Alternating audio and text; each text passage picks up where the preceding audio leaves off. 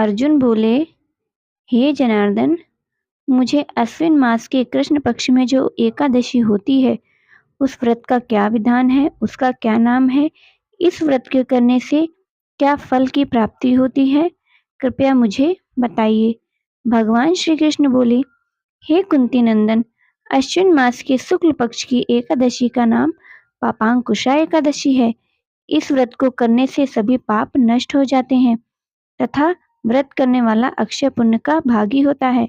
अश्विन शुक्ल एकादशी के इच्छित फल की पूर्ति करता है। भगवान विष्णु का पूजन करना इस दिन विशेष महत्व रखता है। इस पूजन के द्वारा मनुष्य को स्वर्ग लोक की प्राप्ति होती है। हे अर्जुन, जो मनुष्य कठिन तपस्याओं के द्वारा फल की प्राप्ति करते हैं वह फल इस एकादशी के दिन क्षीर सागर में शेष नाग पर शयन करने वाले भगवान विष्णु को नमस्कार करने से ही मिल जाता है और मनुष्य को यम का दुख भोगना नहीं पड़ता।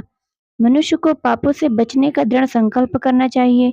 भगवान विष्णु का ध्यान स्मरण किसी भी रूप में सुखदायक और पापनाशक है, परंतु पापांकुशा एकादशी के दिन प्रभु का स्मरण कीर्तन सभी क्लेशों व पापों का शमन कर देता है। पापांकुशा एकादशी की व्रत कथा। प्राचीन समय में विंध्य पर्वत पर क्रोधन नाम का एक बहेलिया रहता था। वह बड़ा क्रूर था। उसका सारा जीवन हिंसा, लूटपाट, मद्यपान और गलत संगति में बीतता था। जब उसका अंतिम समय आया तब यमराज के दूत बहेलिये को लेने आए और यमदूत ने बहेलिये से कहा कि कल तुम्हारे जीवन का अंतिम दिन है, हम तुम्हें लेने आएंगे।